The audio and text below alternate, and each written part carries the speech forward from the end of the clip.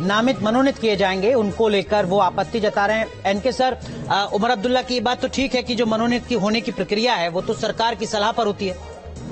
नहीं, देखिए, सरकार इसलिए है कि जो गवर्नर के डिस्क्रिशनरी पावर होते हैं वो उन केसेस में होते हैं जहां गवर्नमेंट नॉन अवेलेबल, जैसे कि किसको बुलाएं, एक चुनाव हुआ है, हंग असेंबली है, उसमें किसको बुलाएं, इसमें उसको डिस्क्रिशन होता है क्योंकि उस समय आपको cabinet council of minister available नहीं होता। यहां पे तो गवर्नमेंट बनने जा रही है, तो या तो आप चुनाव के पहले 5 नॉमिनेशन कर दीजिए ताकि जनता को मालूम हो कि ये 5 लोग तो साहब बीजेपी के आ गए हैं, अब हमें वोट देना है। या तो ये करे पहले, या जब ये हो जाए तो काउंसिल ऑफ मिनिस्टर जब बन जाए, जिसकी भी सरकार हो, उसके बाद उसके रिकमेंडेशन से करे। यहां पे डिस्क्रिशन करके आप पब्लिक वर्डिक्ट को, जो जनता ने अपना वो दिया है, आदेश दिया है, आप उसी को फ्रस्ट्रेट कर रहे हैं कि अचानक जब चुनाव हो गया तो कल रात को आपने 5 नॉमिनेशन किए, वो 5 के 5 बीजेपी के हैं, तो आप तो उस वर्डिक्ट को पलट रहे हैं। सर, लेकिन माफी के साथ ऐसा पहली बार तो नहीं हो रहा है। हम देखते हैं लोकसभा में भी जो सदस्य नामित किए जाते हैं, जो नामित किए जाते हैं उनकी एक राजनीतिक पृष्ठभूमि होती है, भले ही वो नामित किए जाते हैं। बिल्कुल होती है, लेकिन वो नामित किए जाते हैं तो गवर्नमेंट के रिकमेंडेशन पे किए जाते हैं। यहाँ पे गवर्नमेंट अवेलेबल नहीं है जी, तो आपका डिस्क्रिशन अप्लाई नहीं करेगा क्योंकि गवर्नमेंट के ये जो वर्डिक्ट है जनता का, इसको आप फ्रस्ट्रेट कर रहे हैं। जनता ने मान लीजिए दिया, एक आदमी को दिया, उसमें पूर्ण बहुमत है, तब तक आपने अचानक रात में 5 आदमी भेज दिए, तो वो पूरा का पूरा वर्ड, इसलिए ये टेक्निकली गलत है। संविधान में ये मुझे लगता है सुप्रीम कोर्ट में जाएगा तो ये कहीं नहीं ठहरेगा। कल रात को जो गवर्नर, लेफ्टिनेंट गवर्नर ने किया है वो उनके अधिकार से बाहर है। इसीलिए शायद मनोज सर की बार बार ये सवाल उठाए जा रहे हैं उस पूरी व्यवस्था पर। आप देखिए ना, तभी से उमर अब्दुल्ला सवाल उठा रहे हैं। हाँ जी, देखिए ऐसा है कि इस बारी इलेक्शन में जो सबसे बड़ी जीत है, चाहे कोई भी पार्टी जीते, कांग्रेस जीते चाहे बीजेपी जीते, जम्मू कश्मीर में वो देश के लोकतंत्र की जीत है। और आप ये देखिएगा कि 10 साल के बाद वहाँ इलेक्शन हुए हैं और हर तरीके के लोग, मतलब सारी पॉलिटिकल पार्टियां और जो वहाँ के नेता हैं, जो वहाँ के जो अलगाववादी नेता हैं, वो भी इस डेमोक्रेटिक प्रोसेस में उन सब ने पार्टिसिपेट किया है।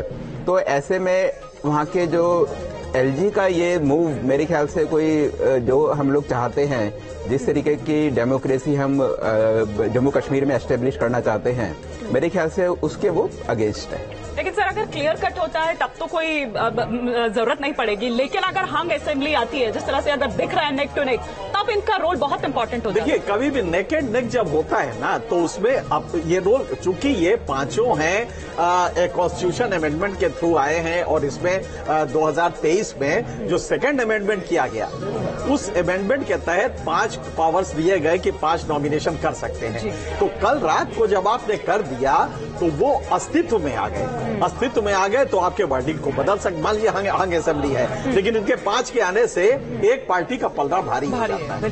तो इसका मतलब कि जो इलेक्टोरल वर्डिक्ट जनता ने दी थी, आपने उसी को बदल दिया।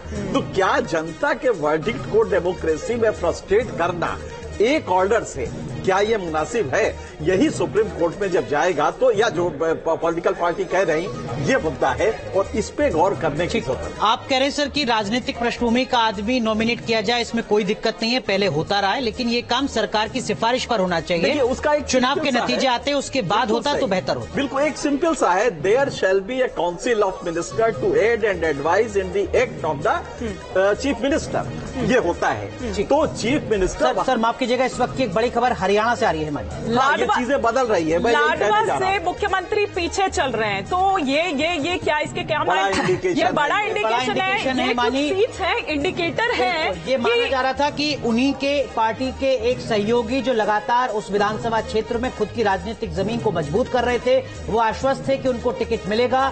आखिरी मोमेंट पर उनका टिकट काटा गया। नायब सिंह सैनी से कहा गया कि आप यहां से चुनाव लड़िए। उसके बाद यह आरोप लगा कि नायब सिंह सैनी के परिवार वालों ने उसी शख्स के साथ बदतमीजी की, बदसलूकी की, और उसके बाद से ये लगातार खबरें आ रही थी कि नायब सिंह सैनी की जो सीट है वो वहां पर फंस सकती है, और उसी तरीके की कुछ अपडेट इस वक्त आपके सामने। लेकिन सर, सिपा सलारी अगर पीछे रहेंगे तो फिर फौज का क्या होगा?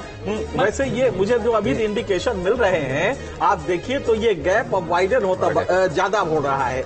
28 अगर मैं सही पढ़ जी। रहा हूं तो, और 46। जी जी तो ये जो मैं कह रहा था कि 15 मिनट वेट कर लीजिए, 15 मिनट में ये गैप बढ़ने लगेगा, तो ये हकीकत अब हरियाणा में दिखाई दे रही है, काफी तेजी से गैप बढ़ रहा है।